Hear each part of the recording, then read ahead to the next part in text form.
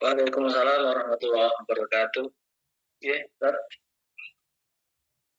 Alhamdulillah. Gimana? Untuk hari ini ada berapa presenter ini? Hari ini insya Allah ada 2 kelompok materi, Ustaz. Cuman yang kelompok pertama, yang bab 12 ini kedua-duanya tidak bisa presentasi. Nah, insya Allah nanti yang kelompok berikutnya, yang bab 13, insya Allah bisa presentasi. Oh, begitu.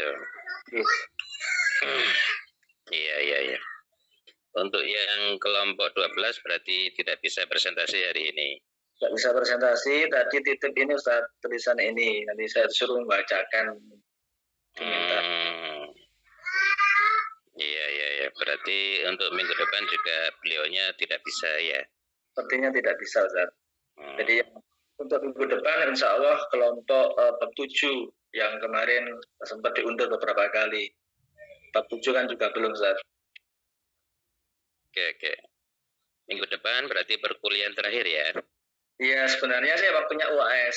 Gimana kita lanjut presentasi atau UAS, Ustaz?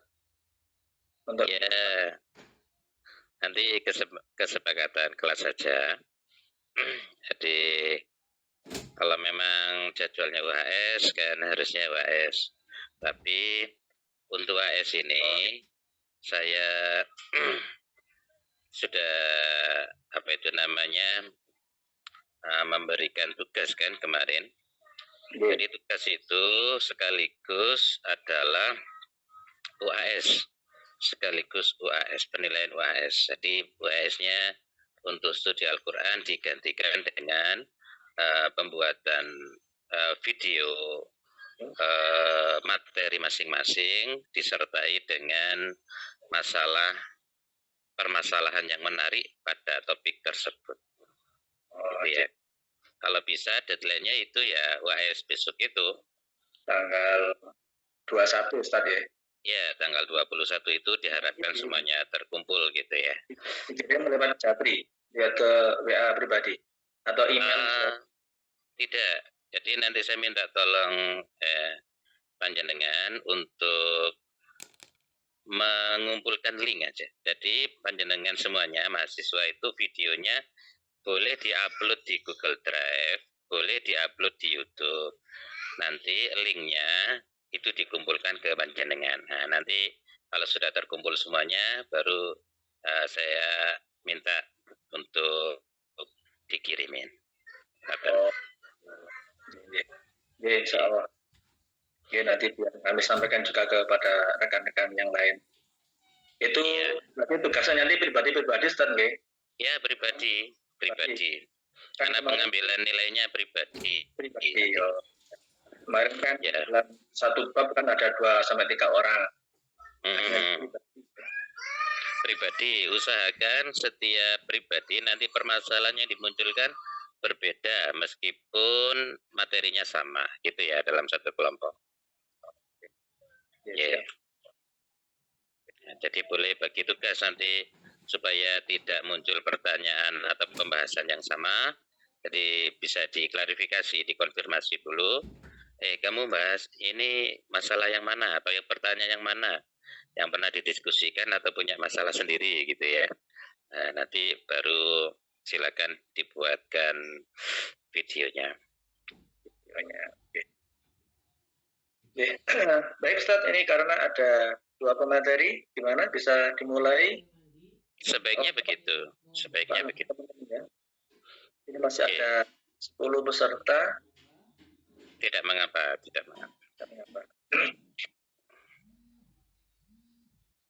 Untuk pemateri yang kedua sudah ada atau belum?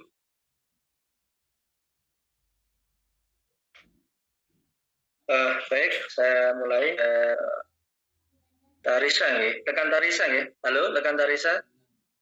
Jenengan nggih dengan Haniatus Solihan Sofia. Rekan Tarisa, jenengan nanti yang itu ya? Iya, Bapak. Ini. Baik. Oke. Dengan nanti siap untuk yang pemateri bab selanjutnya. Baik, Ustaz, dimulai ya. Nggih, monggo dipersilakan, Kang. Baik, bismillahirrahmanirrahim. Assalamualaikum warahmatullahi wabarakatuh. Waalaikumsalam warahmatullahi wabarakatuh. Bismillahirrahmanirrahim. Alhamdulillah bi nikmatihi tatimmus shalihah. Asyhadu an la ilaha illallah wahdahu la syarikalah wa asyhadu anna Muhammadan abduhu wa rasuluhu la nabiyya ba'dah. Qala rabbi ishrah li sadri wa yassir li amri wahlul 'uqdatam min lisani yafqahu qawli, amma ba'd. Yang kami hormati dosen Ustadz Miftahul Khair MPDI, rekan-rekan sekalian kelas kuliah online mahasiswa-mahasiswi STAI Al-Akbar Surabaya.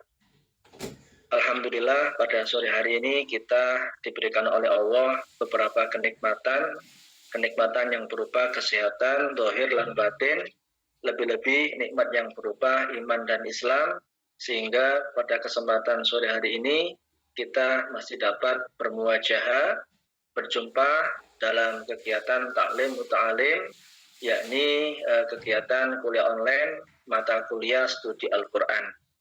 Marilah untuk efisiensi waktu kita buka perkuliahan kita pada sore hari ini dengan bacaan Ummul Quran atau Suratul Fatihah.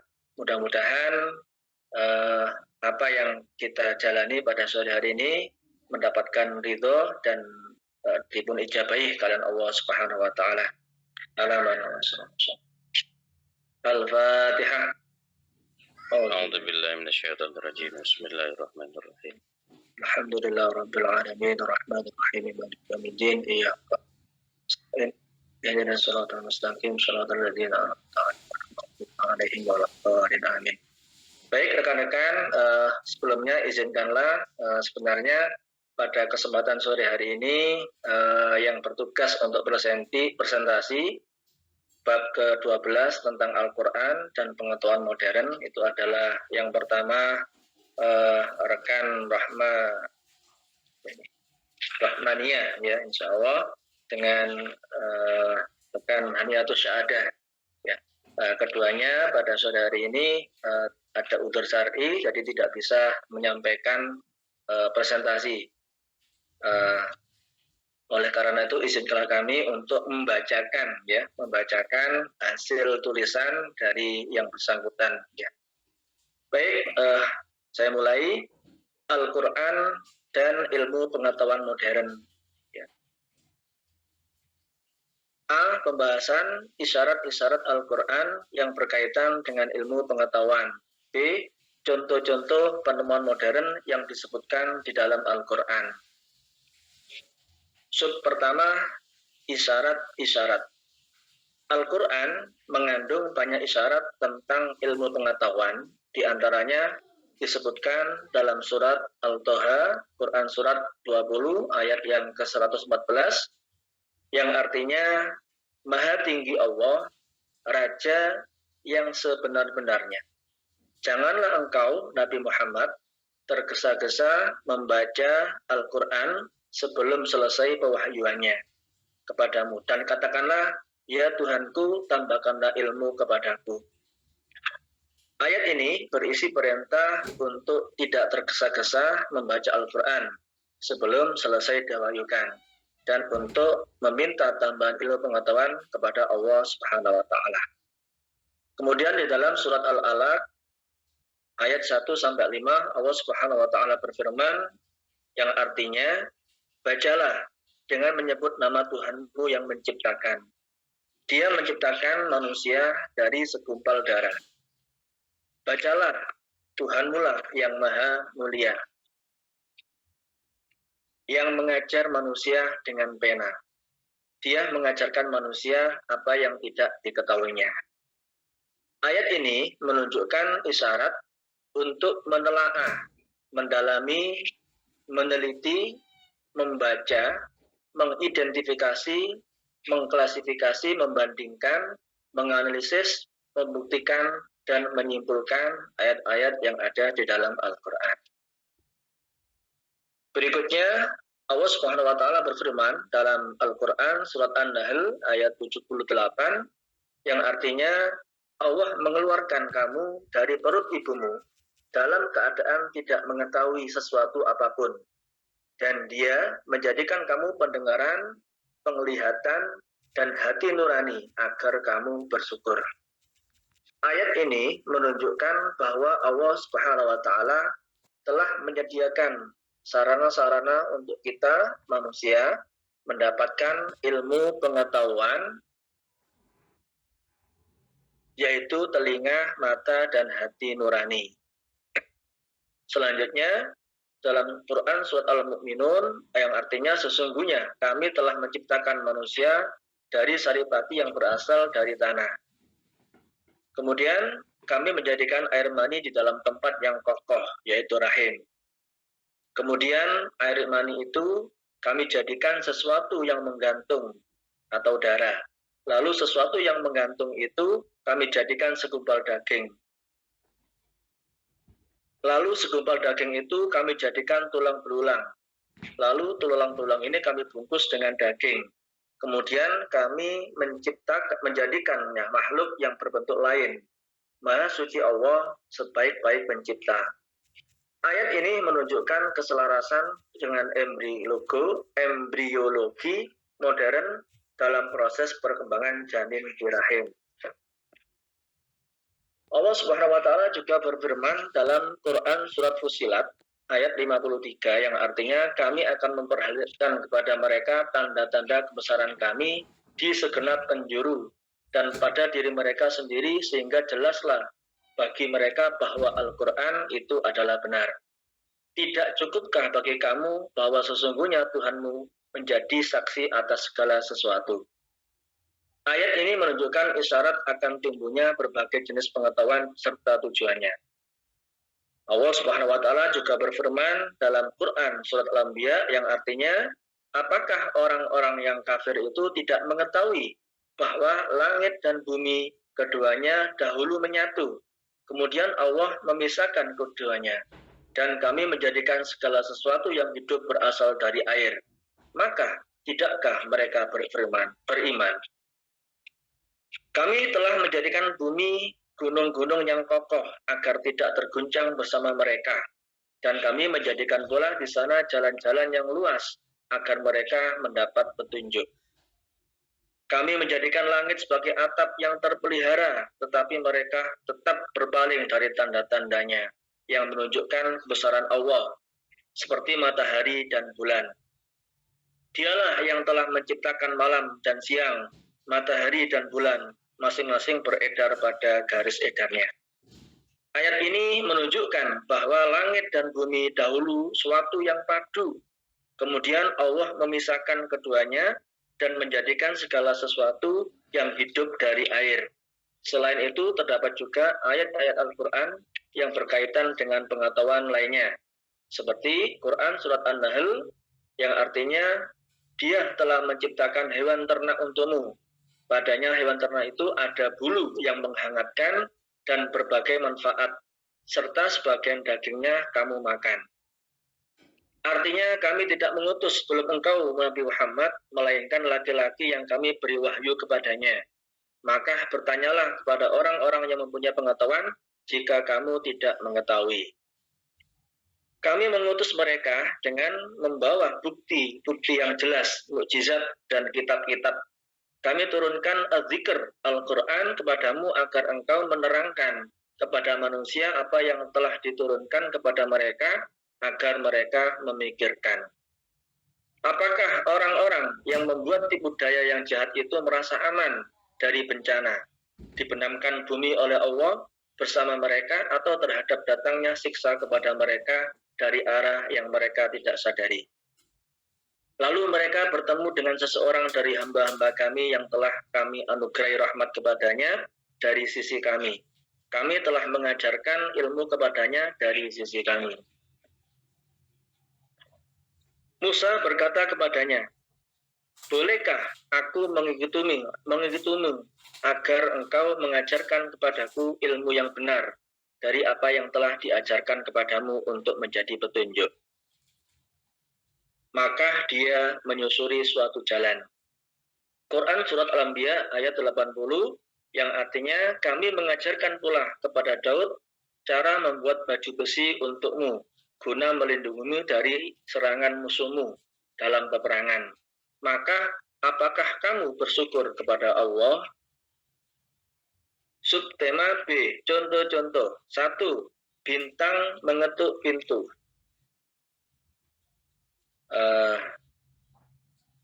At-Tariq, ya, bintang pulsar, vela pulsar yang mengeluarkan bunyi seperti ketukan pintu yang ilmuwan NASA berhasil rekam menangkap suara. Surat At-Tariq menjelaskan tentang pulsar, yaitu bintang neutron yang berputar dengan interval teratur, memiliki kecepatan bervariasi dan medan magnet yang kuat. Dari Al-Quran, Qur'an Al-Fat, halaman 591. 2. Proses terbentuknya hujan. Dalam Quran surat An-Nur yang artinya tidakkah engkau melihat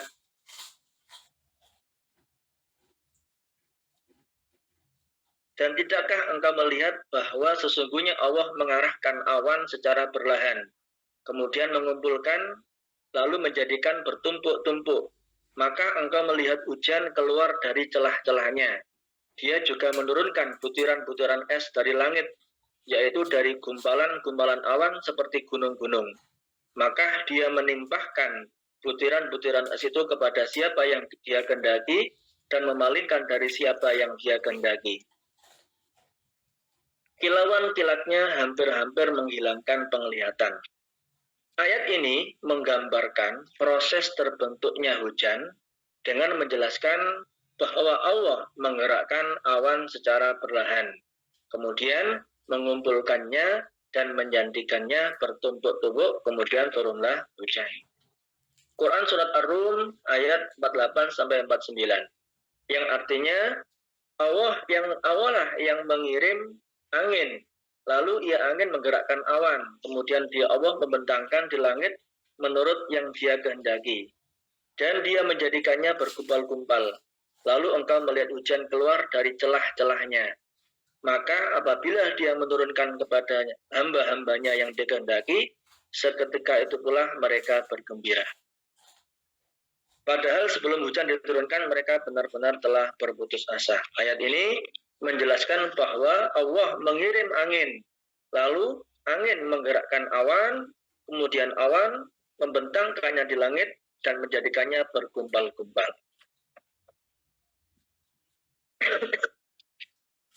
Dalam Al-Quran surat Al-Qamar ayat 11-12, Allah Subhanahu wa taala berfirman yang artinya, lalu kami membukakan pintu-pintu langit dengan menurunkan air yang tercurah. Kami pun menjadikan bumi menyemburkan banyak mata air, maka berkumpullah semua air itu sehingga meluap dan menimbulkan bencana yang telah ditetapkan. 3. Orbital benda-benda langit mengenai apa yang terjadi di tata surya. Dalam Al-Quran surat Az-Zariyat, Allah Subhanahu wa taala berfirman yang artinya, demi langit yang mempunyai jalan-jalan yang kokoh. Surat Yasin ayat 37-40, suatu tanda atas kekuasaan Allah, maka mereka adalah malam. Kami pisahkan siang dari malam, maka seketika itu mereka berada dalam kegelapan. Suatu tanda juga atas kekuasaan Allah bagi mereka adalah matahari yang berjalan di tempat peredarannya. Demikianlah ketetapan Allah yang maha perkasa lagi maha mengetahui. Artinya, begitu juga bulan, kami tetapkan baginya tempat-tempat peredaran, sehingga setelah ia sampai ke tempat peredaran yang terakhir, kembalilah ia seperti bentuk tandan yang tua. Tidaklah mungkin bagi matahari mengejar bulan, dan malam pun tidak dapat mendahului siang. Masing-masing beredar pada garis edarnya. Kemudian yang keempat tentang perkembangan manusia. Allah Subhanahu wa taala berfirman dalam surat An-Najm ayat 32 yang artinya, mereka adalah orang-orang yang menjauhi dosa-dosa besar dan perbuatan keji. Akan tetapi mereka memang melakukan dosa-dosa kecil. Sesungguhnya Tuhanmu maha luas ampunannya. Dia lebih mengetahui dirimu, dia menjadikanmu dari tanah, dan kemudian kamu berubah janin dalam perut ibumu. Maka janganlah kamu menganggap dirimu suci. Dia telah mengetahui siapa yang bertakwa. Dia menciptakan manusia dari segumpal darah. Kemudian yang kelima, api di bawah laut. Ya, Allah Subhanahu wa taala berfirman dalam surat At-Tur ayat 6 yang artinya, dan demi lautan yang dipanaskan atau di dalamnya ada api. 6. Proses nebula. Quran surat Ar-Rahman ayat 37 yang artinya, maka apabila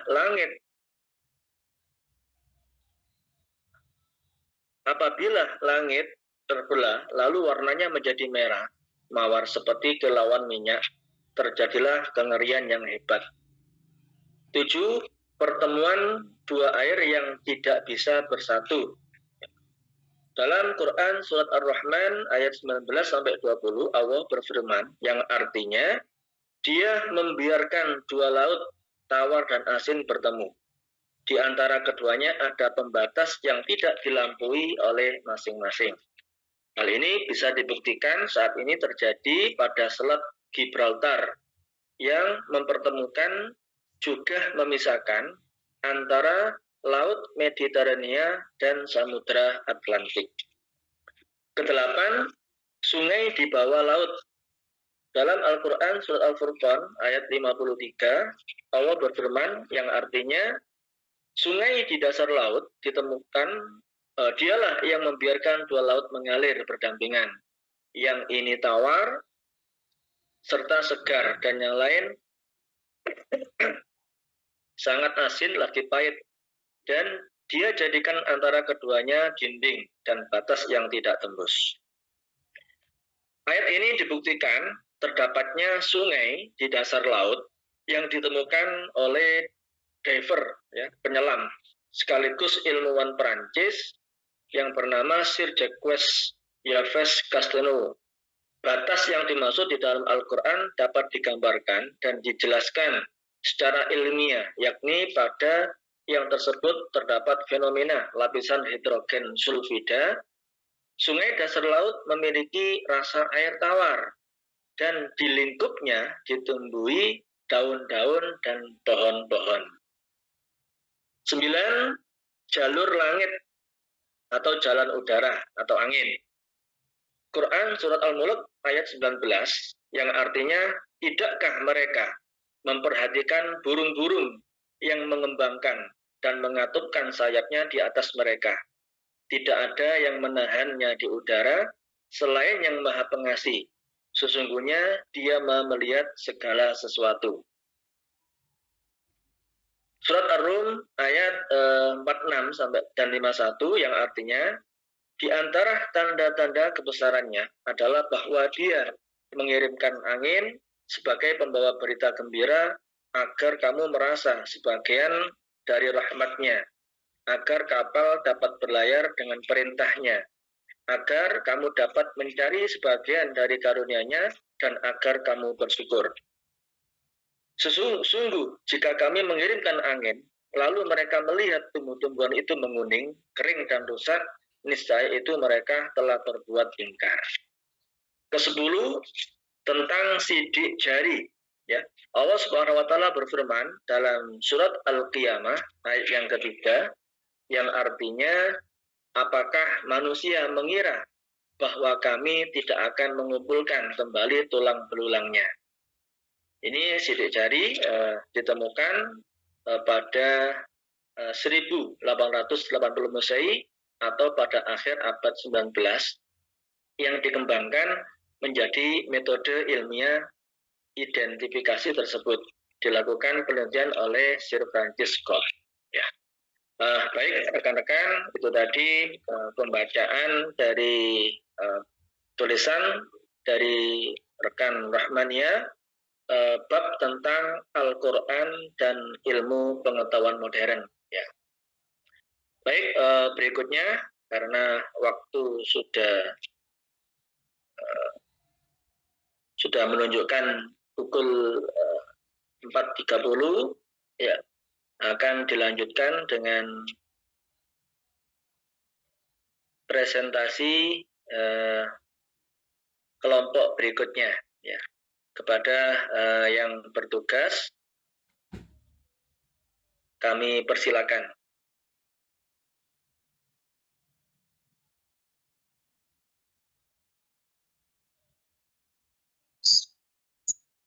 Sudah dari tadi.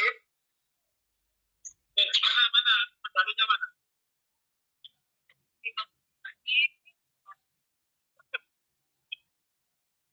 Oke, monggo. Berikutnya.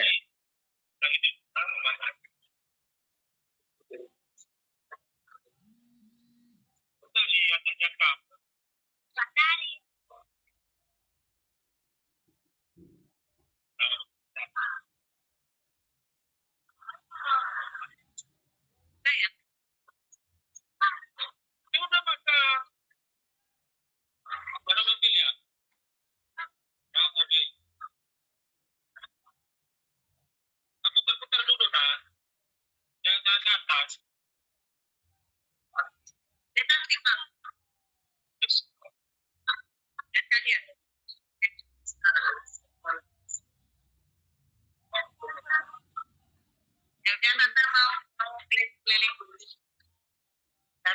Bentar.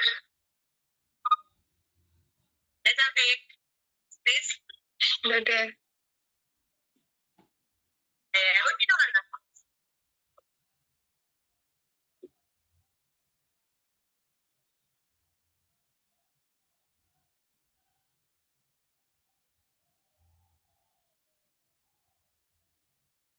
Oke, baik. Kami silakan untuk rekan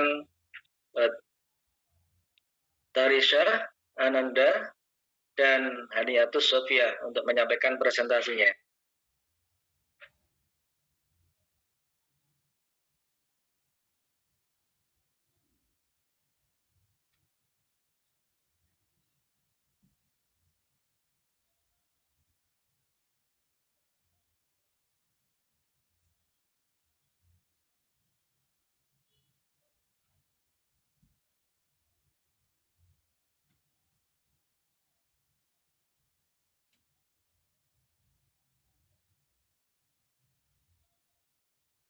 Ini nggak bisa share screen.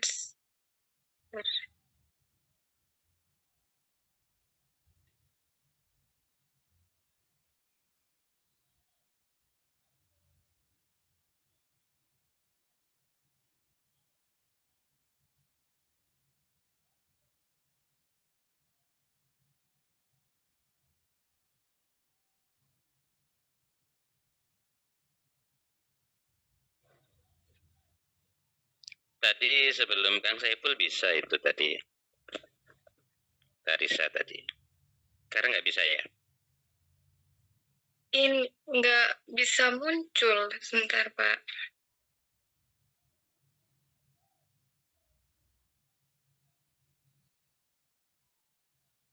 Sudah muncul ini. Aja. Oh, ini kok 2 kali? Ini makalah ya, yang tadi PPT yang tadi. Oh ya.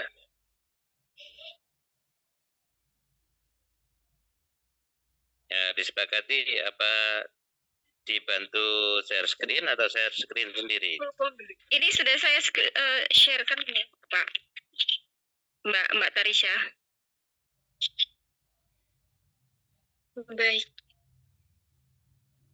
Barangkali mau share screen sendiri, Badan. Tadi kayaknya pakai aplikasi ya Tarisa, sehingga apa itu wajahnya muncul di PPT. Iya. Ya, silakan mana yang dipilih, di share screen kan atau pakai share screen sendiri?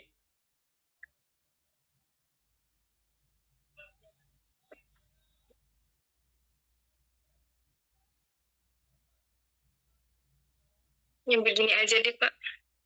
Oh, begitu. Ya. Nggak bisa soalnya ini. Ya, nanti tugasnya seperti itu tadi, seperti yang dipraktikkan Tarisa gitu ya. Jadi nampak wajahnya di PPT boleh. Yang penting dari penjelasan, ada wajah dari yang presentasi gitu ya. Oke, dipersilakan. Baik, saya mulai. Materi hari ini adalah tafsir-tafsir Al-Quran. Yang akan kita bahas terkait sejarah tafsir Al-Quran, metodologi tafsir klasik dan kontemporer, ulama-ulama besar dalam bidang tafsir. Sejarah tafsir Al-Quran,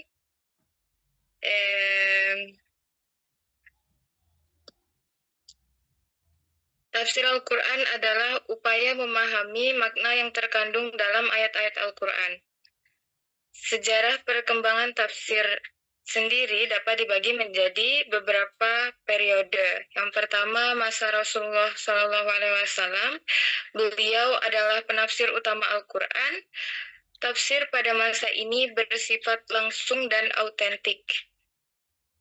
Disampaikan melalui hadis, tindakan, atau penjelasan langsung. Yang kedua, masa sahabat. Para sahabat melanjutkan tradisi tafsir. Mereka mempelajari Al-Quran langsung dari Rasulullah dan menjadi rujukan utama dalam penafsiran. Tokoh-tokoh seperti Abdullah bin Abbas dan Ali bin Abi Thalib dikenal sebagai mufasir ulung. Yang ketiga, masa tabi'in. Generasi setelah sahabat semakin mengembangkan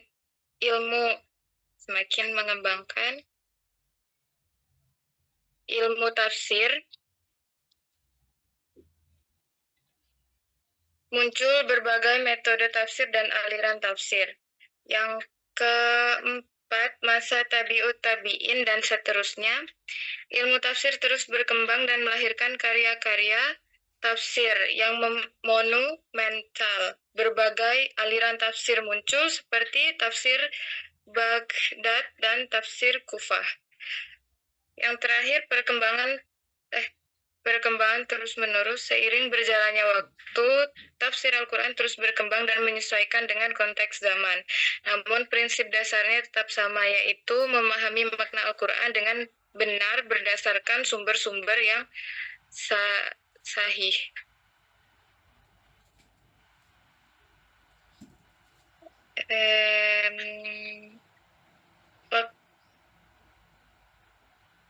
Faktor-faktor yang mempengaruhi perkembangan tafsir Al-Quran.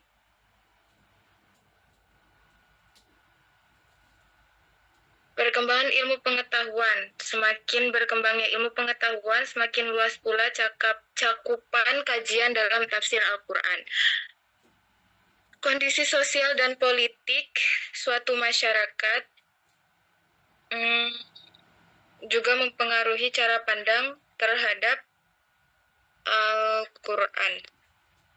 Perkembangan metodologi, munculnya metode-metode baru dalam kajian Al-Quran juga mendorong perkembangan tafsir. Metodologi tafsir klasik dan kontemporer. Untuk yang tafsir klasik merupakan pendekatan yang digunakan oleh para ulama terdahulu dalam menafsirkan Al-Quran. Metode ini lebih menekankan pada pemahaman teks secara literal berdasarkan riwayat hadis dan pendapat para sahabat serta tabi'in. Untuk yang kontemporer, pendekatan yang lebih modern dalam menafsirkan Al-Quran. Metode ini berusaha untuk mengintegrasikan pemahaman teks Al-Quran dengan berbagai disiplin ilmu seperti ilmu-ilmu sosial, sejarah, bahasa, dan filsafat. Ciri-ciri metodologi tafsir klasik dan kontemporer. Metodologi tafsir klasik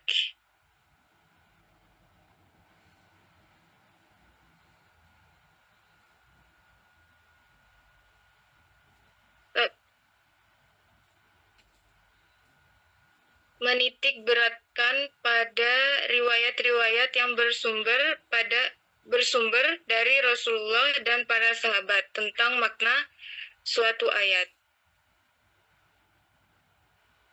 Mengutamakan pendapat para ulama terdahulu yang dianggap memiliki otoritas dalam bidang tafsir. Menggunakan pribadi dalam menafsirkan ayat-ayat yang tidak terdapat riwayat yang jelas.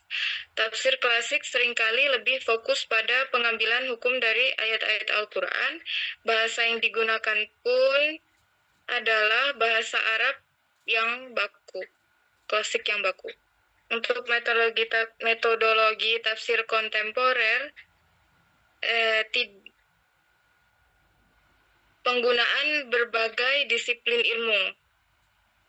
Jadi tafsir kontemporer tidak hanya bergantung pada teks Al-Quran dan hadis, tetapi juga menggunakan berbagai disiplin ilmu dan memahami konteks sosial, budaya, dan sejarah saat Al-Quran diturunkan.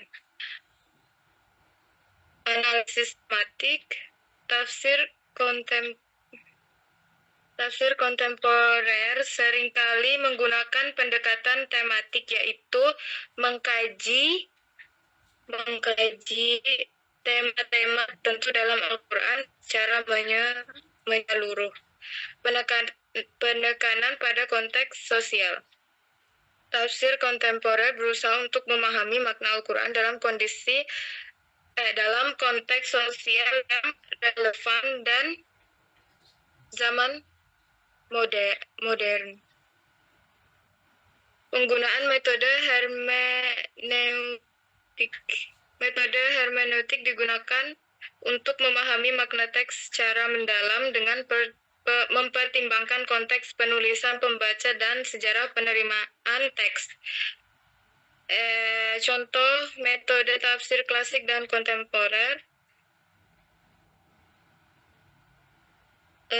Metode tafsir klasik terdapat tafsir Al-Tabari yang merupakan salah satu tafsir klasik yang paling komprehensif, menggabungkan berbagai metode tafsir.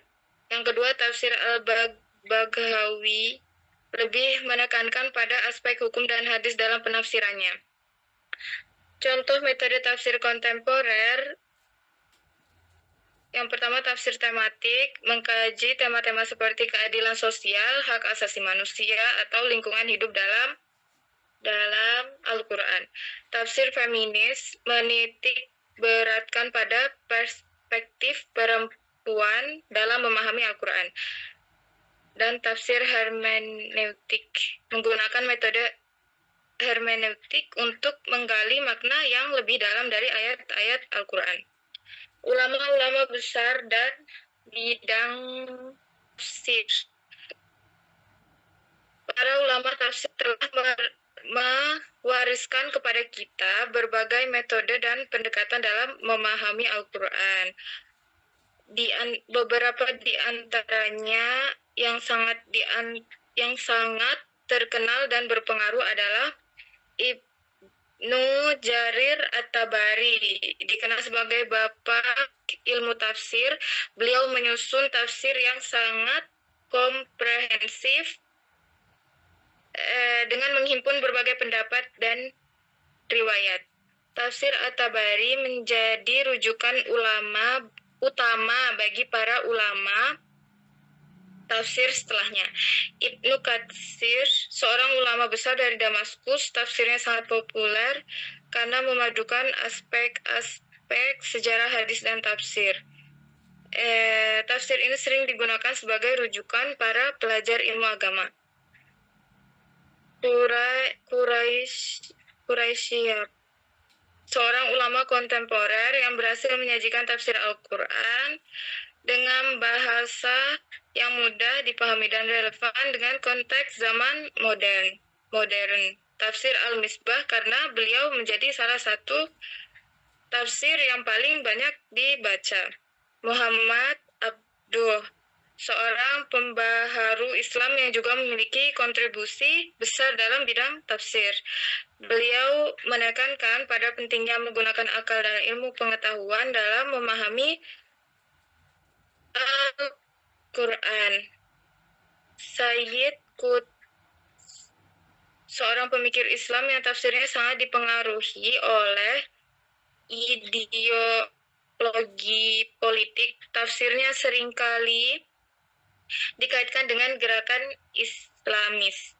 Karakteristik umum ulama tafsir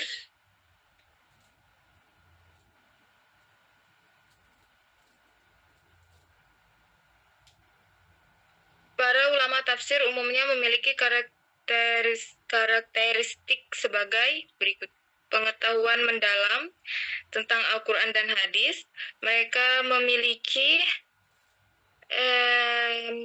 pemahaman yang sangat baik tentang teks Al-Quran dan hadis, serta mampu membedakan antara ayat yang muhkam, jelas, dan mutasyabih, samar. Menguasai ilmu-ilmu pendukung. Selain ilmu tafsir, mereka juga menguasai ilmu-ilmu lain seperti bahasa Arab, ushul fiqh, sejarah Islam, dan ilmu-ilmu sosial. Kemampuan berijtihad. Mereka mampu mengeluarkan pendapat sendiri. Ijtihad dalam menafsirkan ayat-ayat yang masih menjadi perdebatan. Kemampuan menyampaikan dengan jelas. Mereka mampu menyampaikan makna Al-Quran dengan bahasa yang mudah dipahami oleh berbagai kalangan. Ulama-ulama tafsir telah memberikan kontribusi yang sangat berharga bagi umat Islam. Karya-karya mereka menjadi warisan intelektual yang sangat berharga dan patut kita pelajari dengan memahami berbagai metode dan pendekatan tafsir. Kita dapat mendekatkan diri kepada Al-Quran dan mengamalkan ajaran-ajarannya dalam kehidupan sehari-hari.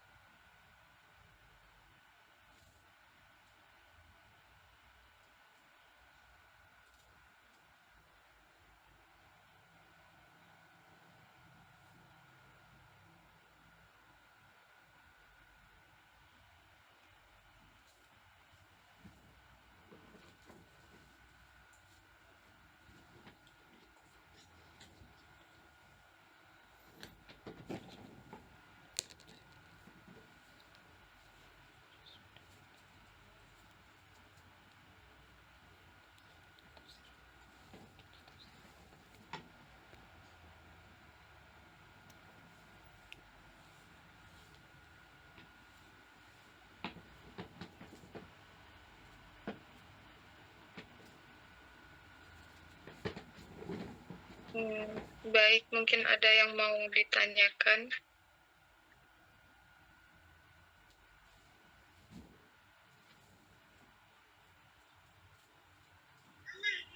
Sudah selesai presentasinya? Sudah, Pak. Oh ya. Oke, silakan Kang Saiful dipimpin sekaligus dimoderatori. Barangkali ada teman-teman yang ingin bertanya atau sharing-sharing.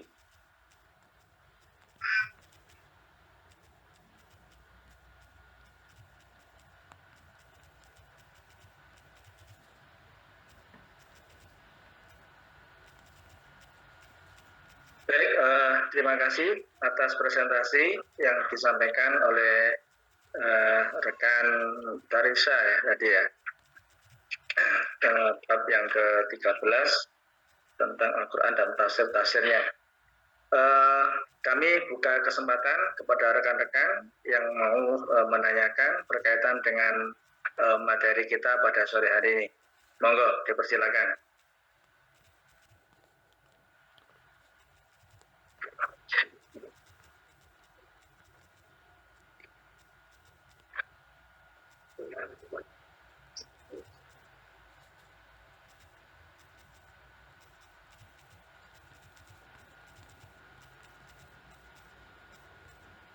Ini harusnya ada dua ya pemateri ya. Rekan Daniatus Sofia kok tidak menyampaikan tadi? Ini padahal ini beliau hadir. Daniatus Sofia. Lagi sakit, Pak. Oh, lagi lagi sakit. Iya Bapak, lagi kurang enak badan. Masya Allah. Dan enggal diberi kesembuhan ya. Amin. Baik, rekan-rekan yang lain, monggo barangkali ada yang mau ditanyakan atau menambahkan keterangan tentang tafsir-tafsir yang tadi telah disampaikan oleh pemateri. Izin Bapak. Izin Ustaz. Oke, monggo. Kan, yes. Maaf, suara saya agak serak. Ini mohon dijelaskan kepada Bapak dosen, saya kurang paham setelah tadi mempelajari tentang beberapa konsep. Ada kalimat hermeneutika. Itu saya kurang paham penjelasan detailnya. Mohon dijelaskan secara terperinci. Itu metode yang bagaimana bentuknya. Begitu. Terima kasih Ustaz. Oke. Ya. Baik, berikutnya ada pertanyaan lagi.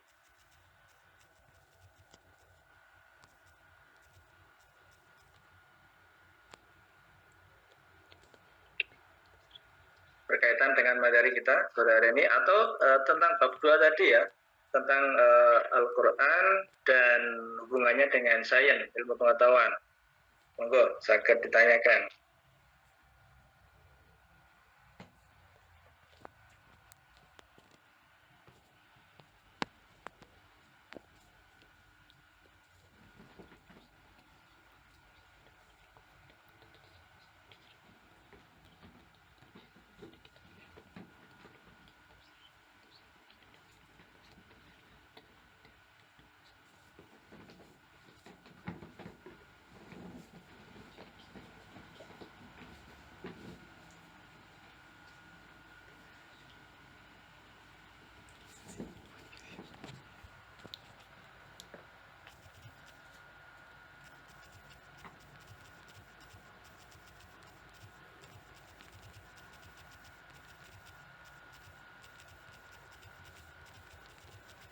Baik ya, ini ada juga pertanyaan atau meluruskan dari rekan Marzuki Imron bahwasanya tadi disampaikan oleh pemateri tentang tafsir ya, tafsir di awal-awal para sahabat, yaitu tafsir Baghdadi dan tafsir Madinah. Nah, tadi disampaikan oleh pemateri ada Kufah, ada Baghdad.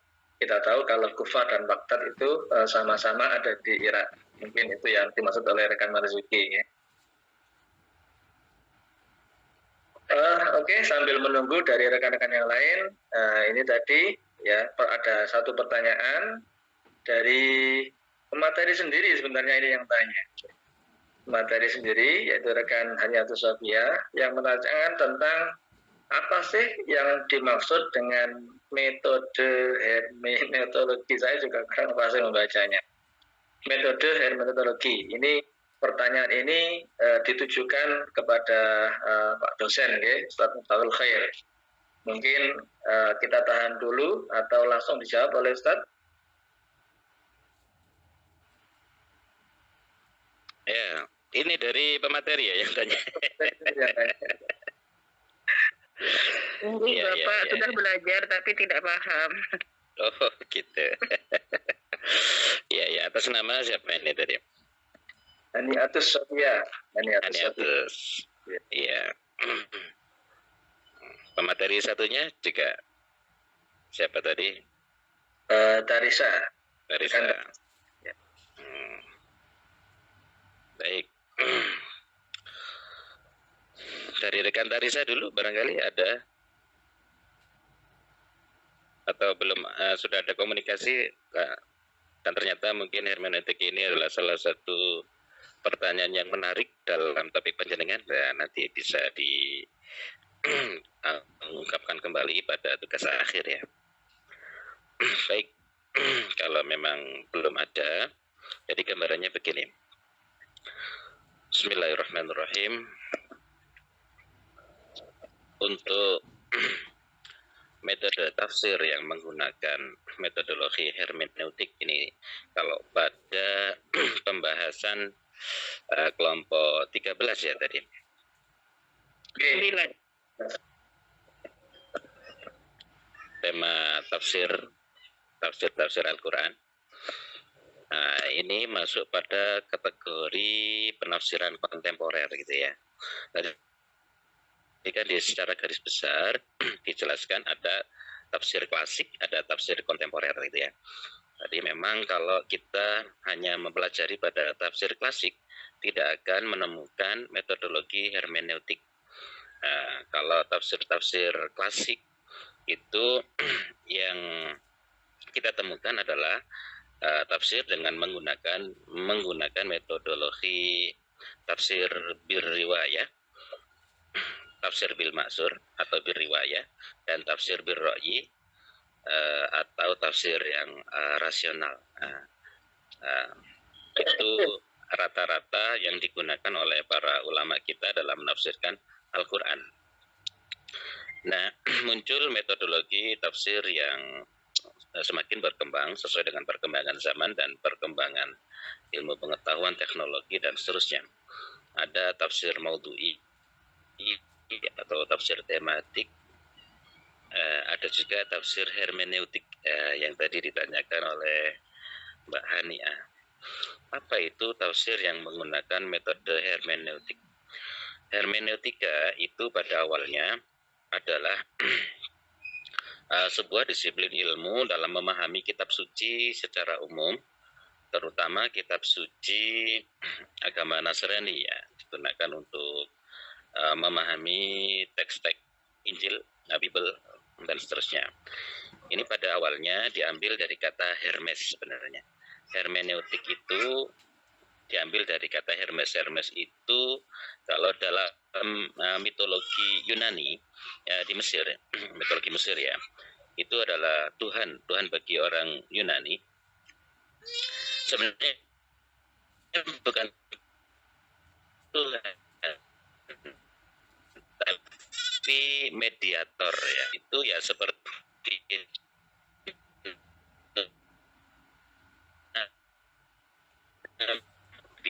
yes. Putus-putus, Mediator antara ya. Tes, apakah masih putus-putus? Sudah. Ya. Karena hujan mungkin ya, dan juga karena baterainya tinggal sedikit. Jadi Hermes itu dalam mitologi Yunani adalah perantara, semacam seorang rasul gitu ya, yang menjembatani antara firman Tuhan dengan manusia. Jadi yang ajaran-ajaran Tuhan itu diterjemahkan oleh Hermes ini untuk disampaikan kepada manusia. Nah, ini berkembang menjadi sebuah metodologi dalam memahami kitab suci, ya, teks-teks kitab pada kitab suci pada agama lain. Di antaranya adalah Injil gitu ya. Nah, seiring dengan berjalannya waktu, hermeneutik menjadi disiplin tersendiri yang tidak hanya dipahami sebagai sebuah keilmuan untuk memahami kitab suci agama tertentu, tapi semua agama. Dan para cendekiawan Muslim mencoba untuk menggunakan metode ini untuk memahami kitab suci Al-Quran, karena di dalam hermeneutik banyak pakar yang berkeyakinan bahwa dengan menggunakan analisis dengan metodologi hermeneutika ini akan dapat menggali makna Al-Quran lebih kontekstual, lebih sesuai dengan zamannya. Nah, untuk itu hermeneutika ini bisa disimpulkan sebagai metodologi dalam memahami Al-Quran terkait dengan konteks historisnya, baik sosialnya ataupun budayanya, atau dalam bahasa kita asbabun nuzulnya. Jadi bagaimana Al-Quran itu diturunkan dalam konteks budaya seperti apa, dalam konteks sosial seperti apa. Nah, itu semua difahami. Kemudian untuk menafsirkannya dalam situasi saat ini, itu pemahamannya harusnya seperti apa. Gampangnya begini, kalau saya menyitir sebuah ayat, Bismillahirrahmanirrahim, ar-rijalu qawwamuna 'alan nisa.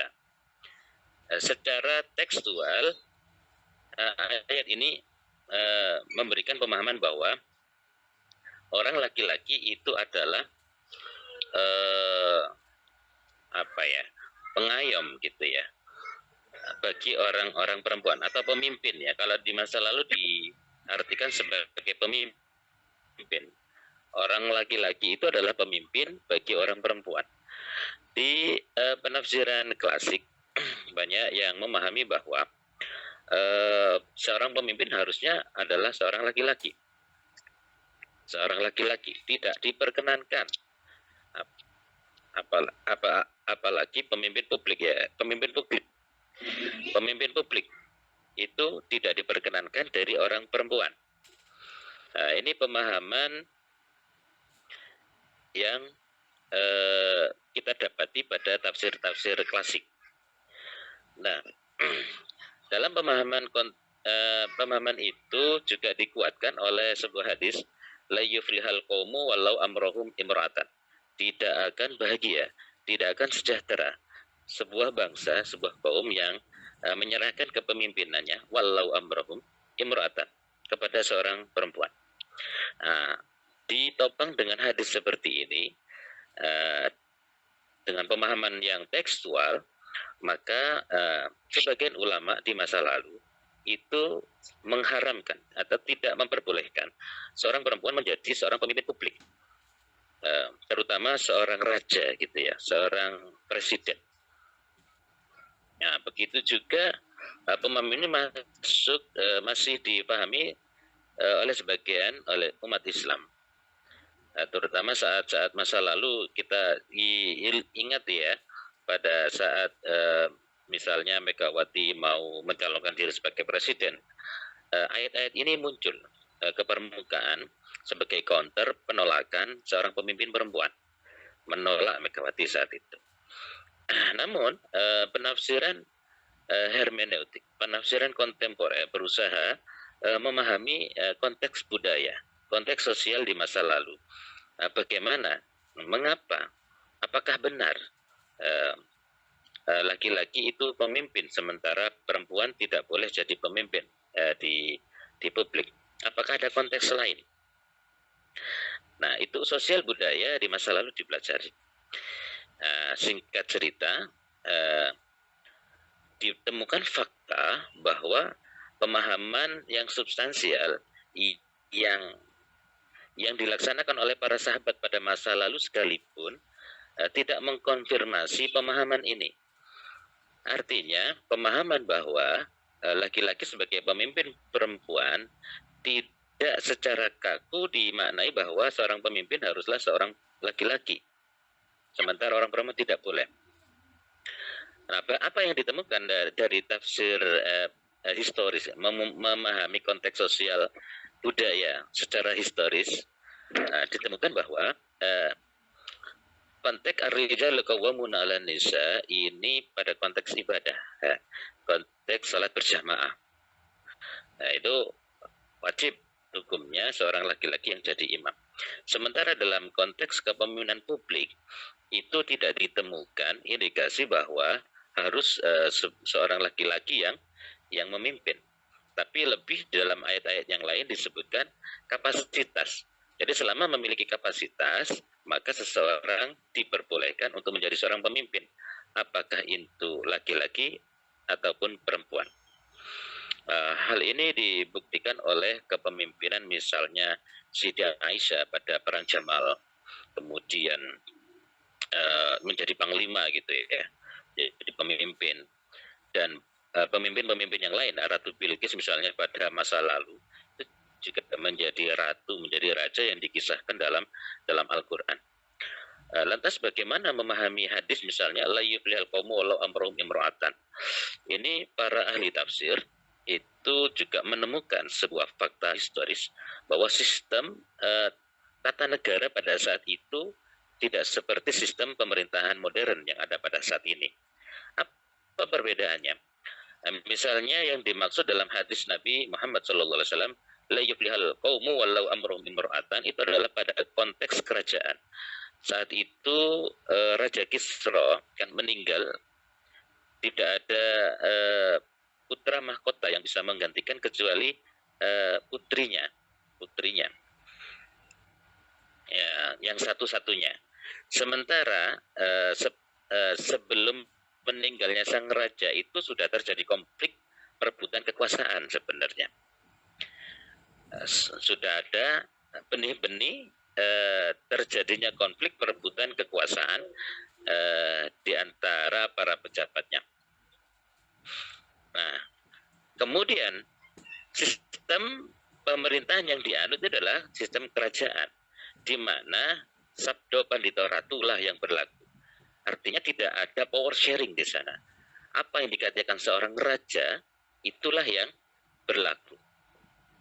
Tidak ada di sana yang namanya Dewan Permusyawaratan Rakyat seperti yang kita kenal saat ini, DPR, MPR, kemudian Mahkamah Agung, Mahkamah Konstitusi, para menteri, itu tidak ada.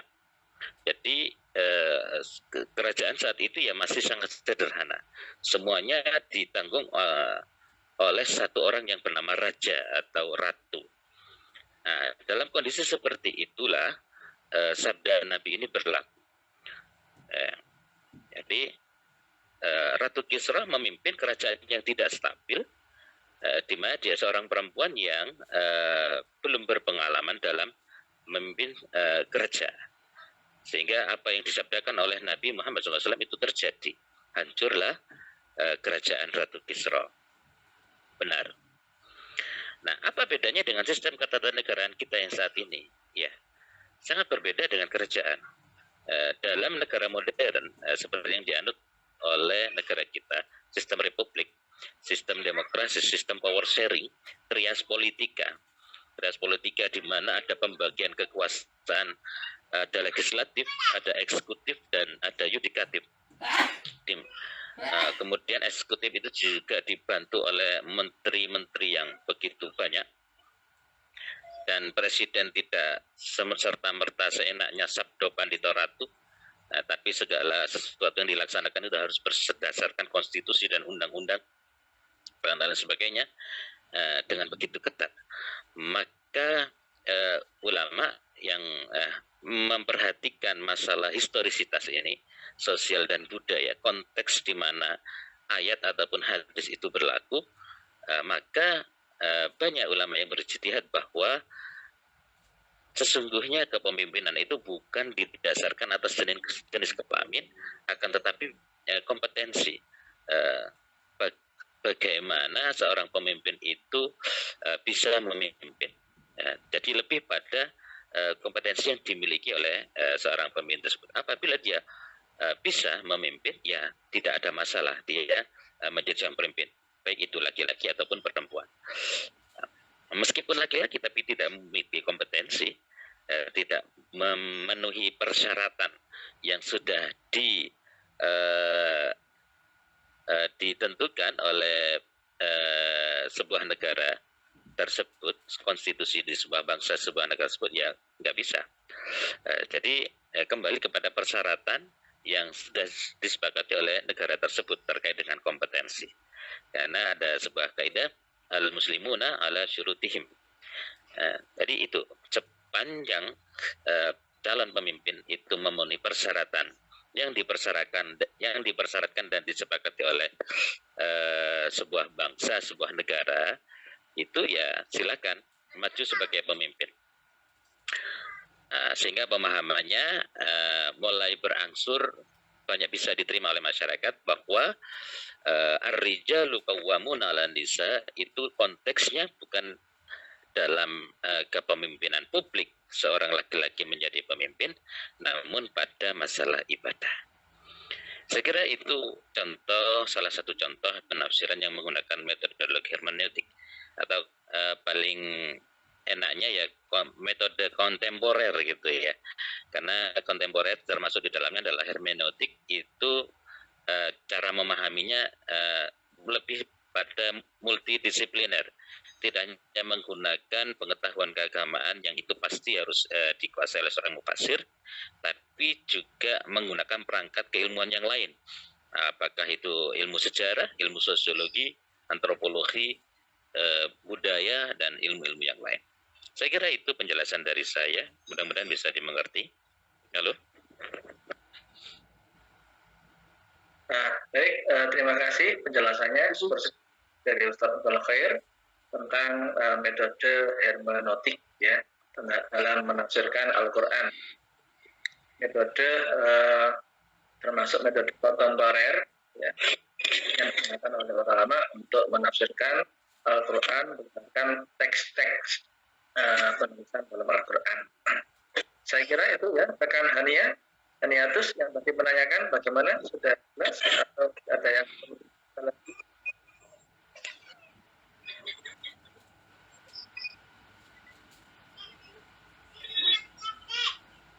Nah, mungkin beliau sudah berpindah tempat ya.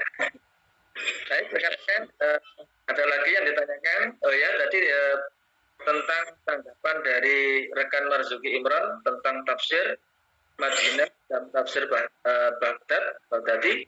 Bagaimana rekan Tarisa, ada tanggapan atau rekan Tarisa berkaitan dengan tafsir Madaniyah dan tafsir Baghdadi tadi?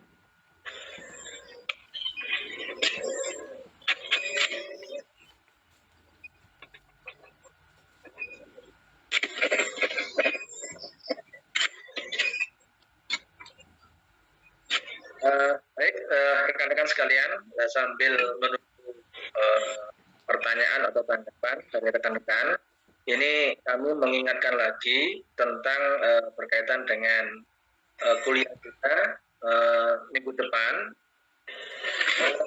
Menurut kurikulum ya, kalender pendidikan, menurut kalender pendidikan minggu depan tanggal 21 itu seharusnya adalah UAS ya. Nah, sedangkan di kelas kita presentasi masih ada kurang satu kelompok, yaitu kelompok 7 kalau tidak salah ya. Kelompok 7 yang belum presentasi. Nah, ini kesepakatan saja bagaimana kita lanjut presentasi atau cukup mengumpulkan tugas dari dosen tadi ya. Jadi saya ulangi, tugas dari dosen yang pertama yaitu tugas membuat video presentasi ya. Video presentasi ini tugas pribadi, jadi masing-masing membuat video presentasi berdasarkan materi berdasarkan pembagian yang kemarin sudah dibagi ya, bab-bab yang sudah dibagi. Jadi setiap individu membuat video presentasi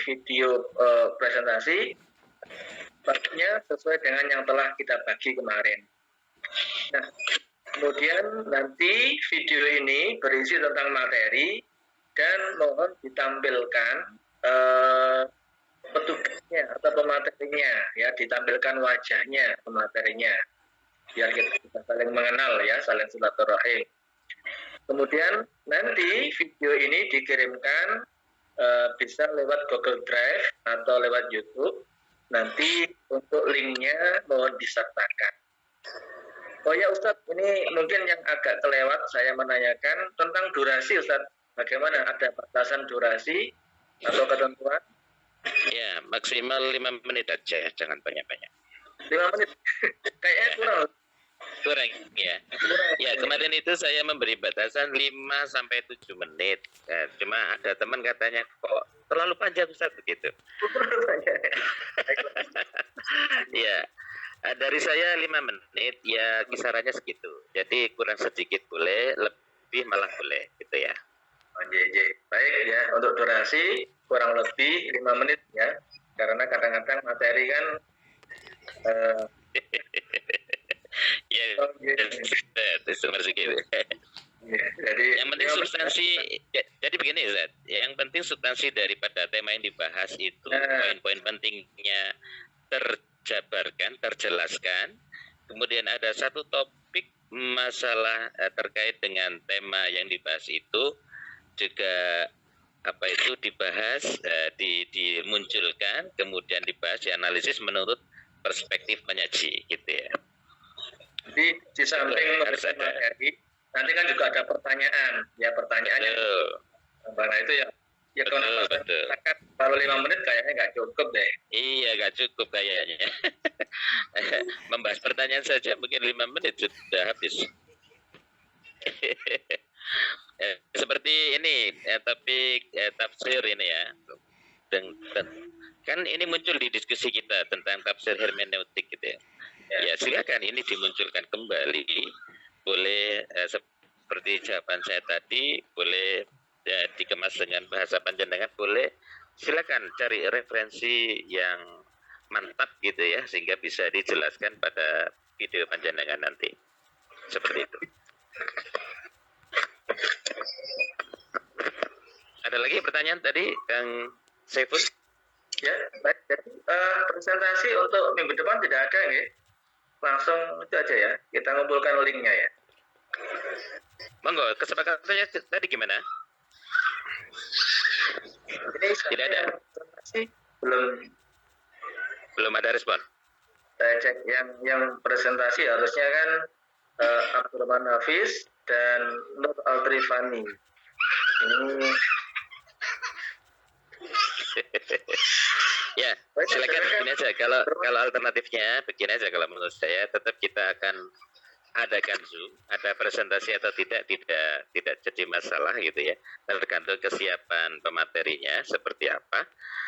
Yang jelas di tanggal 21 itu nanti kita kalau ada jadi pertemuan terakhir gitulah, jadi kayak foto-foto bareng begitu penutupan perkuliahan. Ya, harapannya begitu. Kalau memang nanti tidak ada presentasi nggak apa-apa, sebentar aja mungkin 10 menit kita datang sambil saya ingin mendengarkan laporan dari Kang Saiful terkait pengumpulan tugasnya. Jadi gitu ya, rekan-rekan bisa dipahami ya. Jadi kita tetap menyiapkan diri untuk presentasi sambil disiapkan tugas-tugasnya. Batas waktunya berarti sebelum presentasi sudah dikumpulkan semuanya ya. Ya. Ya. Minimal tanggal 21 pagi sudah dikumpulkan, bisa lewat grup ya, atau bisa lewat langsung ke saya boleh. Mungkin lebih transparan lewat grup saja. Oke. Oh ya Ustadz, ini ada tanggapan atau pertanyaan dari rekan Marzuki tentang ini yang tafsir hermeneutik tadi itu beberapa ulama menolak karena tafsir ini berasal dari agama Kristen gitu. Bagaimana Ustaz? Ya memang untuk tafsir hermeneutik ini kontroversi ya. Ada ulama yang pro, ada yang kontra, itu biasa dalam penafsiran. Bahkan tidak hanya pada tafsir hermeneutik, pada tafsir birro'i saja yang menggunakan rasional, meskipun masih berdasarkan pada riwayat-riwayat, tapi kecenderungannya lebih pada menggunakan rasio. Itu ada kontroversi, ada ulama yang tidak mau seperti itu. Artinya kontroversi itu biasa terjadi, apalagi pada sisi keilmuan gitu ya. Namun tidak ada salahnya sebagai akademisi kita lebih memperdalam, tidak langsung melakukan penolakan terlebih dahulu sebelum melakukan kajian dan tahu sebenarnya bagaimana metodologi hermeneutika itu. Ya, karena macam-macam hermeneutika itu juga banyak. Mungkin yang paling ditentang oleh para ulama kita ya metode hermeneutik yang tidak sesuai dengan metodologi mainstream yang kita miliki. Karena pada hermeneutik itu ada salah satu komponen ya, ada metode yang memang tidak sesuai dengan apa ya keyakinan kita sebagai orang Islam. Contoh, pada hermeneutik itu harus kita memahami bagaimana kondisi penulis. Ya. Jadi di samping teks, konteks, dan penulisnya. Nah, penulis, kalau Injil mungkin ada penulisnya mungkin ya. Tapi kalau Al-Quran siapa? Kan begitu. Apakah Nabi Muhammad? Itu penulis Al-Quran? Padahal kan itu bukan dari Nabi Muhammad. Apakah malaikat Jibril atau Allah sendiri? Bagaimana memahami malaikat Jibril atau bahkan Allah? Itu kan tidak bisa. Nah, pada sisi-sisi yang seperti ini mungkin tidak relevan dengan kita, gitu ya.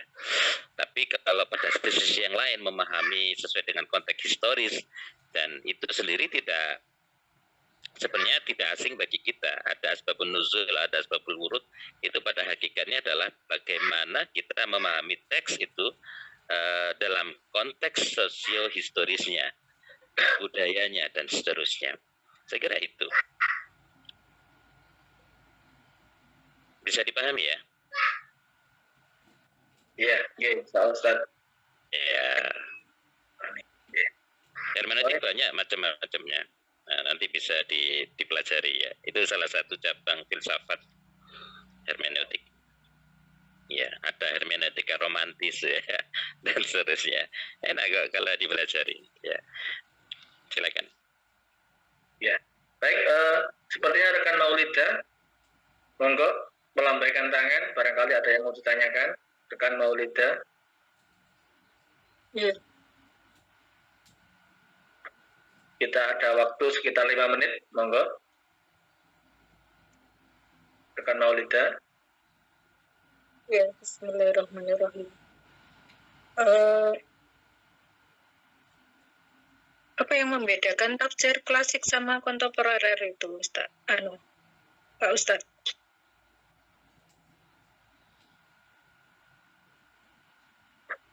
Halo? Pertanyaannya? Apa yang membedakan tafsir klasik dan kontemporer? Baik, terima kasih.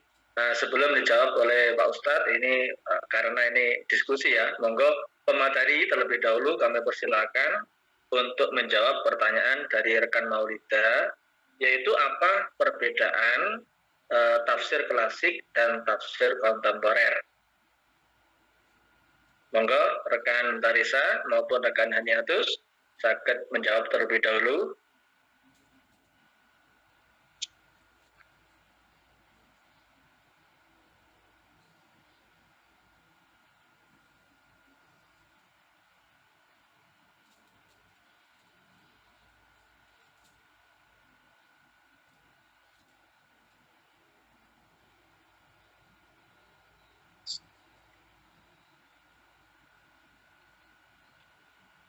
Baik. Mengenai tafsir klasik, perbedaan tafsir klasik dan kontemporer, tafsir klasik berpegangan pada riwayat Al-Quran atau hadis.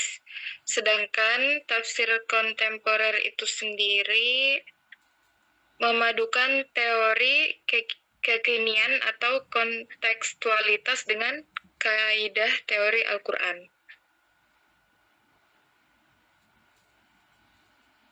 Seperti itu.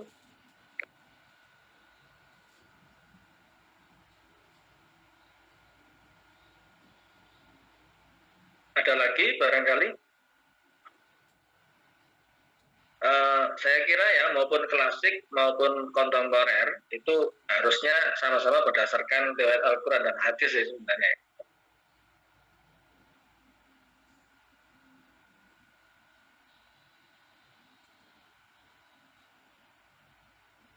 Atau pendekatannya yang lebih mengarah tentang klasik dan modern itu apa yang paling membedakan?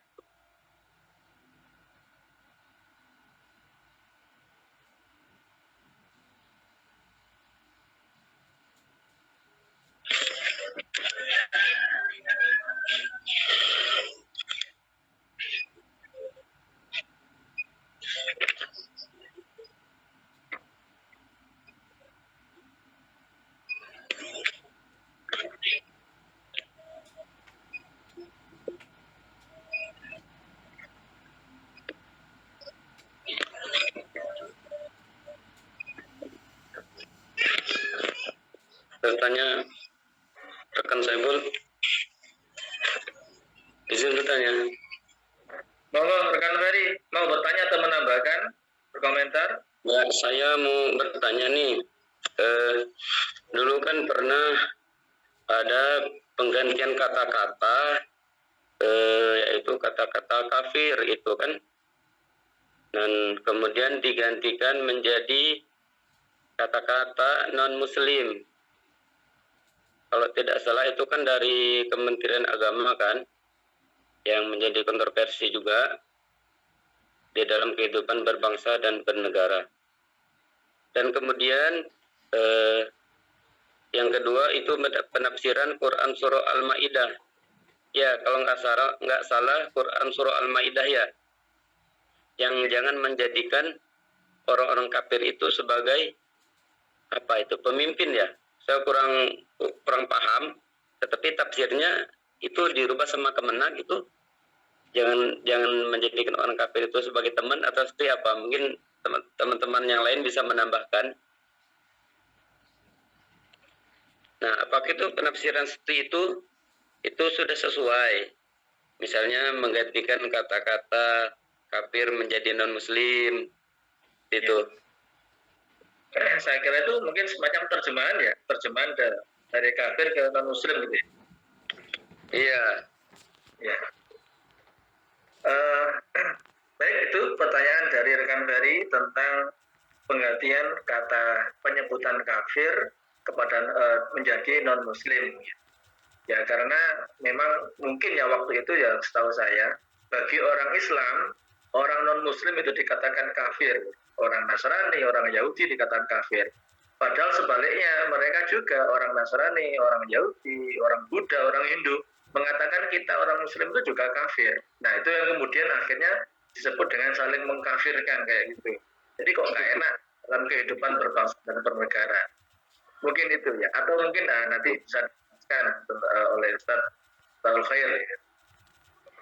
Mungkin pemateri monggo bisa menyampaikan pendapatnya.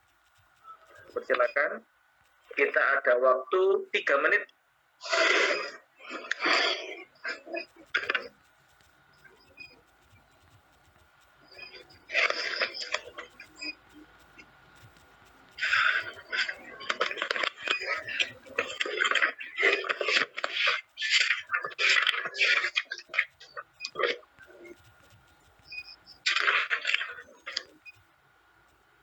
Baik.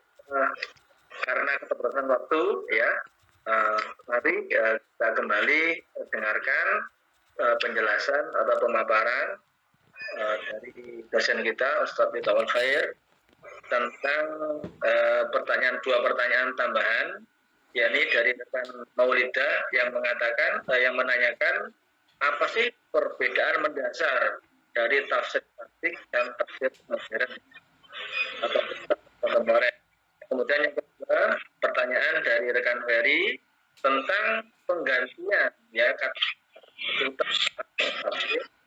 tentang kafir diganti menjadi non-muslim.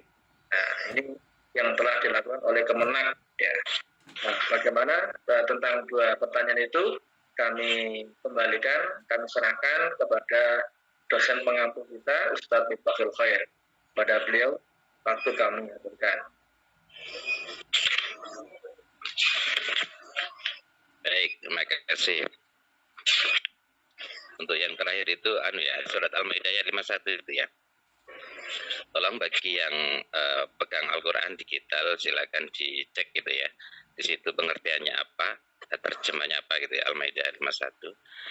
Tapi sebelum itu saya ingin menjawab dulu yang pertama tadi terkait dengan perbedaan tafsir klasik dengan tafsir kontemporer atau tafsir modern itu ya. Ya, perbedaan mendasarnya adalah dari sisi waktu ya. Yang pertama, tafsir klasik itu adalah tafsir yang ada pada abad 7 ya, para sahabat gitu ya, sampai perkiraan abad ke-5 sana. Nah, itu untuk memudahkan para peneliti para ilmuwan yang mengkaji terkait dengan tafsir ini mengklasifikasi gitu. Ada tafsir klasik, ada tafsir modern, atau tafsir kontemporer. Nah, itu yang pertama dari sisi periodisasi. Terkait dengan yang kedua adalah metodologinya, metodologi atau pendekatan dalam menafsirkan itu tafsir klasik itu masih dengan konsisten menggunakan metodologi tafsir yang baku ya, yang pakem yang telah ditetapkan oleh para ulama tafsir dalam ulumul Quran. Sehingga kecenderungan metodologinya adalah kebanyakan adalah tafsir birriwayah, meskipun ada tafsir birro'yi juga, bil ma'thur ya, bil ma'thur. Meskipun tafsir birro'yi sepanjang itu masih memahami dalam konteks riwayah, dalam konteks hadis atau riwayat-riwayat para sahabat, meskipun itu masuk pada tafsir birro'yi, itu masih diklasifikasi tafsir klasik gitu ya. Jadi baik bil ma'thur ataupun birro'yi yang pada abad 7 sampai abad pertengahan itu masih diklasifikasi klasik, karena pada poin pembahasannya unsur yang ketiga itu adalah pembahasannya itu masih dalam konteks memahami Al-Quran sesuai dengan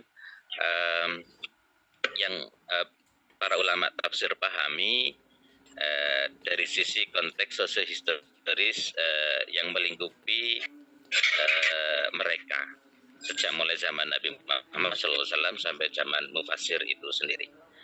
Nah, apa bedanya dengan tafsir kontemporer atau modern? Ini dari sisi masa ini terutama banyaknya tafsir-tafsir modern atau kontemporer itu ya dari abad pertengahan ke atas, terutama pada abad ke-19 gitu ya. Banyaknya muncul tafsir-tafsir Al-Quran oleh para ulama tafsir dan pendidikan muslim untuk merespon pemahaman mereka atas perubahan zaman modern, atas perubahan sosial budaya yang ada pada zaman modern. Nah, dari sisi metodologi ada sedikit pergeseran. Jadi tafsir kontemporer cenderung menggunakan metodologi atau perangkat-perangkat keilmuan modern. Di samping mereka tentunya tetap menggunakan perangkat ulumul Quran, walaupun tidak semendalam seketat ulama klasik. Namun juga dikombinasi dengan keilmuan-keilmuan modern yang seperti yang saya jelaskan tadi, ya ilmu sosiologi, ilmu linguistik, ilmu antropologi, ilmu budaya, dan disiplin ilmu yang lain sesuai dengan tema-tema yang dibahas. Nah, kecenderungan tafsir kontemporer ini biasanya bersifat tematik atau maudhu'i. Jadi satu topik, kemudian misalnya terkait dengan kedokteran, terkait dengan penciptaan manusia misalnya, terkait dengan lingkungan misalnya, terkait dengan ekologi ya, terkait dengan kepemimpinan, terkait dengan wanita dan seterusnya dan seterusnya. Wanita itu pun belum spesifik ya tentang perempuan, tentang apa gitu ya. Nah, tema-tema itu, demokrasi misalnya. Nah, tema-tema itu dibicarakan dalam Al-Quran apa tidak? Dicarikan pada ayat apa, pada surat apa saja, ayat berapa. Itu dikumpulkan jadi satu, dipahami konteksnya, bagaimana keterkaitannya, kemudian dikaitkan dengan keilmuan modern. Itu ciri penafsiran kontemporer yang biasanya bersifat tematik ya. Tafsir ekologi misalnya, yaitu tentang lingkungan. Bagaimana Al-Quran berbicara tentang lingkungan. Itu ada tafsirnya secara tematik. Bagaimana Al-Quran berbicara terkait dengan kepemimpinan, seperti yang tadi. Bagaimana Al-Quran berbicara tentang kedokteran, tentang penciptaan, dan seterusnya. Sesuai dengan tema-tema. Ya, tapi kebanyakan itu terkait dengan masalah-masalah yang menjadi concern pada abad modern, pada era kontemporer seperti HAM, hak asasi manusia, kesetaraan gender. Itu menjadi topik-topik bahasan pada tafsir kontemporer. Itu pertanyaan dari yang pertama gitu ya. Kemudian ini maaf, ini baterai saya ini kok mau mati ini. Padahal sudah sambil saya cas. Sebentar ya. Aduh, mudah-mudahan tidak mati ini.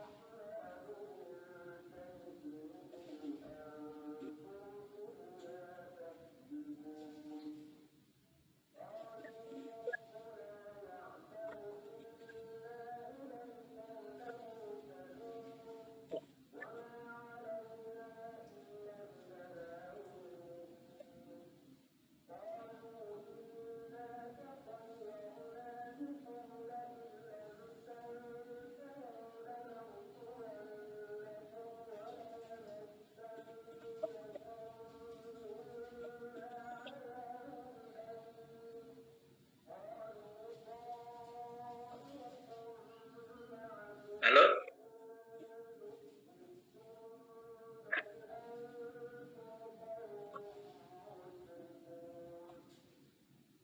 Sepertinya dosen kita sudah out ya, sudah keluar ya.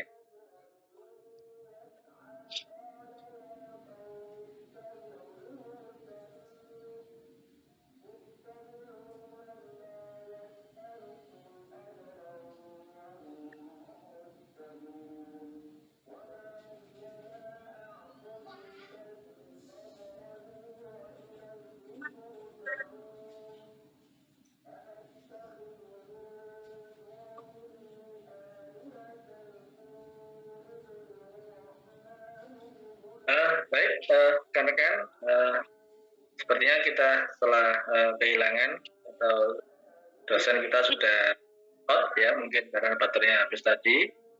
Saya kira kuliah kita pada kesempatan sore hari ini kita cukupkan sampai sekian. Apabila nanti masih ada pertanyaan-pertanyaan atau topik yang masih perlu dibahas, nanti bisa ditanyakan ya lewat grup WA. Jadi untuk kuliah online pada sore hari ini kami cukupkan sekian. Mudah-mudahan dari awal hingga akhir ilmu-ilmu pelajaran yang kita bahas pada kesempatan sore hari ini menjadi ilmu yang bermanfaat, yang membawa kita ini buat kita akhirah. Amin ya rabbal alamin. Ya, untuk pembagi acara pada sore hari ini pamit undur diri. Terima kasih kepada dosen pengampu, kepada pemateri, dan juga rekan-rekan sekalian yang mengikuti kegiatan kuliah pada sore hari ini. Sepertinya Pak dosen sudah bergabung lagi. Bapak, Iya, baterai saya ngedrop ini. Padahal tadi sudah mau saya tes, mungkin tesnya enggak cocok ya. Ya, sampai mana tadi? Pertanyaan kedua. Penyebutan atau penggantian kafir menjadi non-muslim. Oh iya. Ya. Oke. Sekilas karena ini sudah mau maghrib ya. Jadi qul ya ayyuhal kafirun, ya bismillahirrahmanirrahim, qul ya ayyuhal kafirun itu adalah salah satu surat ya yang kemarin pada saat ada kontroversi ya dari Kemenak. Sebenarnya usulan itu berangkat dari Ba'tsul Masail Nahdlatul Ulama, sebenarnya dari NU ya, sebuah organisasi besar yang mengadakan Ba'tsul Masail, mengkaji terkait dengan terma atau istilah kafir, apakah itu layak disandang oleh umat non-muslim yang ada di Indonesia. Jadi untuk memahami itu perlu difahami kronologi pembahasannya. Pada Ba'tsul Masail tersebut muncul permukaan bahwa itu dipicu ada Pilkada 2017 sebenarnya. Saat itu kan sangat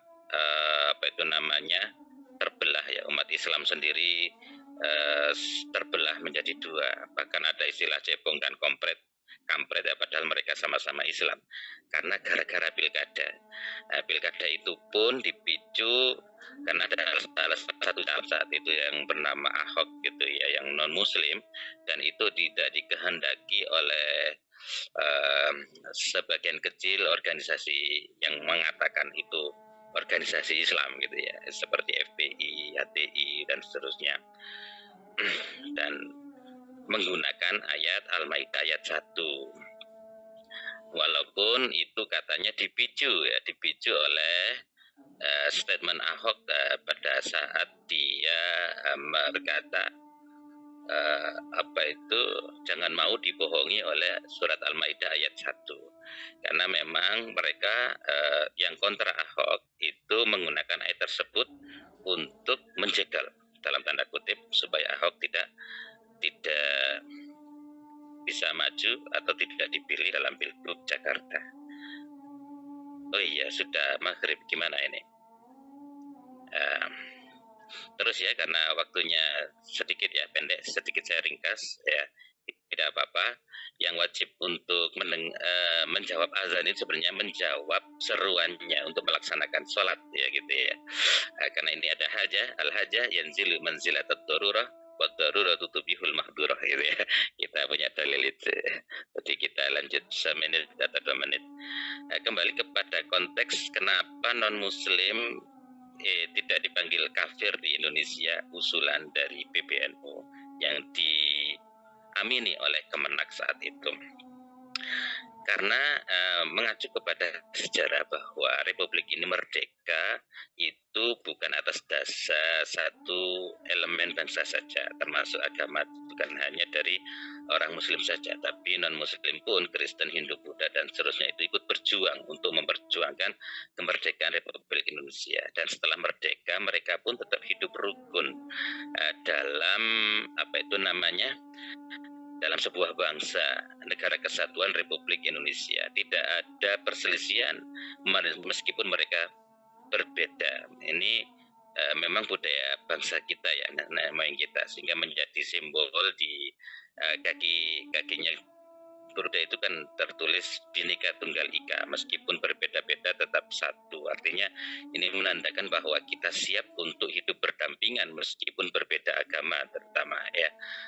Banyak perbedaannya. Nah, dalam konteks ini berbeda agama. Ada yang Hindu, Buddha, Kristen, Protestan, Konghucu dan Islam gitu ya. Nah, dalam konteks orang non-muslim yang mau berhidup berdampingan, hidup rukun, itu kan dalam Islam sendiri termanya itu sudah dibedakan. Ada dulu itu kafir itu ada minimal ada dua pembagi, kafir harbi, ada kafir zimmi gitu ya. Kafir harbi itu yang jelas memusuhi Islam, tapi kalau kafir zimmi itu adalah mereka yang mau berhidup berdampingan dengan orang muslim gitu ya, mau bekerja sama. Nah, minimal sebelum adanya pengubahan kata kafir dengan non muslim ini, kafir yang mau berdampingan itu kita istilahkan dengan kafir zimmi. Kafir zimmi. Untuk kafir zimmi ini pembelaan Rasulullah SAW, Nabi Muhammad, Nabi kita semuanya itu sangat luar biasa. Karena dalam konteks bernegara, Nabi kita sudah mempraktekkan pada masa Madinah, pada piagam Madinah, misak Madinah. Bahkan beliau berstatement, man adza zimmiyan faqad adzani. Siapa yang menyakiti orang kafir zimmi itu sama dengan menyakiti diriku, kata Nabi Muhammad SAW. Betapa perlindungan Nabi Muhammad begitu luar biasa kepada kafir zimmi. Nah, dalam konteks inilah untuk tidak membuat saudara kita yang beragama non-muslim supaya tidak sakit hatinya dengan dipanggil kafir, kafir. Nah, itu kan sempat pada pilkada 2017 Ahok itu kafir, bunuh kan begitu. Artinya karena kafir mereka menghalalkan darahnya. Nah, penyebutan kafir yang berkonotasi negatif inilah yang ingin dihindari, sehingga PBNU menyerukan bahwa jangan panggil mereka kafir karena panggilan kafir itu bisa menyakiti hati mereka. Mereka memang bukan Islam. Selayaknya mereka dipanggil non-muslim saja. Ini. Dan alhamdulillah disetujui. Ini tidak ada maksud untuk, ini berarti mengubah Al-Quran. Nah, kata salah satu ustadz, berarti surat Al-Kafirun itu harus dihilangkan. Qul ya ayyuhal kafirun, nggak ada. Qul ya ayyuha non-muslim misalnya. Tidak begitu pengertiannya. Itu salah kaprah ya gitu. Dan sentimen-sentimen keagamaan seperti itu ya berbahaya gitu ya. Tanpa kalau masyarakat awam seperti itu kan tanpa memahami konteks di mana terma non muslim itu dibahas dan dimunculkan, maka itu akan membuat bahaya gitu ya. Terlepas ada kontroversi, tapi yang kita ambil adalah maksudnya kan baik, tidak menyakiti orang lain yang berbeda dengan kita, maksudnya begitu, dengan disebut sebagai non muslim saja. Nah, ini selaras dengan sabda Nabi, man adza dzimmiyan faqad adzani. Sapa sing nglarani atine menyakiti apapun itu ya, maka dia sama saja menyakiti diriku. Konteksnya supaya kita bisa hidup dalam kerukunan, dalam keberagaman, kan sangat mulia ya. Dan itulah yang dijunjung tinggi oleh founding fathers kita dalam mendirikan Negara Kesatuan Republik Indonesia. Nah, terkait dengan ada ayat-ayatnya tadi sudah ditemukan apa belum? Al-Maidah ayat 51. Bagaimana terjemahnya? Apakah benar kemana? Coba dibaca. Terjemahannya Ustaz ya? Ya, terjemahannya. Terjemahannya Al-Maidah 5 ayat 51. Wahai orang-orang yang beriman, janganlah kamu menjadikan orang Yahudi dan Nasrani sebagai teman setiamu. Dalam kurung wali, pemimpin atau pelindung. Itu Ustaz. Ya ayyuhallazina amanu la tattakhizul yahuda wan nasara awliya'a. Baik, terima kasih. Ya ayyuhallazina amanu la tattakhidul yahuda wa la tattakhidul yahuda wan nasara awliya. la tattakhidul yahuda wan nasara Aulia. baik. Sepengetahuan saya nggak ada Kemenak mengubah-ubah terjemah.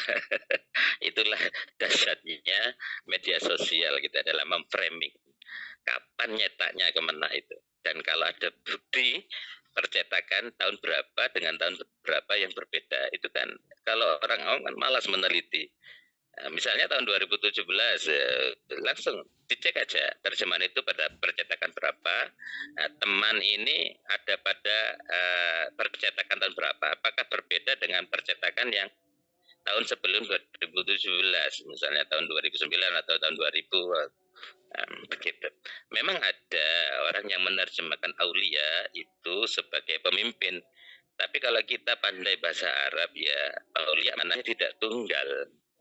Dan bahkan bukan pemimpin mana aslinya. Kalau pemimpin itu ya beda lagi. Kalau redaksi pemimpin pemerintahan ya khalifah, amir, itu pemimpin. Kalau kan pemimpin. Aulia itu malah cenderung kepada kekasih gitu ya, wali, kekasih, teman dekat. Dan itu kalau diterjemahkan seperti itu sudah benar, bukan berarti Kemenak mengubah-ubah. Inilah bahayanya framing, sehingga pemerintah selalu disudutkan padahal nggak berbuat apa-apa. Ya terjemahan itu ya sudah seperti itu sejak lama. Bahkan Gus Baha menjadi salah satu tim yang mendampingi bagaimana terjemahan Al-Quran ke bahasa India. Gus Baha, siapa yang meragukan kalimat beliau ya, Prof. Brasyid dan seterusnya. Jadi Kemenak tidak semena-mena dan tidak punya otoritas gitu ya. Yang menerjemahkan ya para ahlinya. Menteri Agama kalau tidak ahli tafsir ya nggak bisa menerjemahkan. Dari situ aja kan mustahil gitu ya.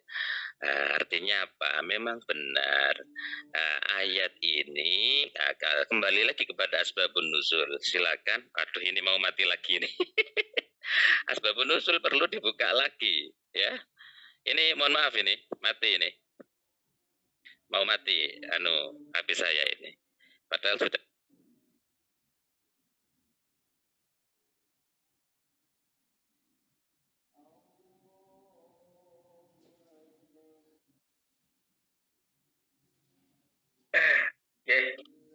baik, sepertinya memang sudah waktunya kita untuk menutup kuliah pada sore hari ini.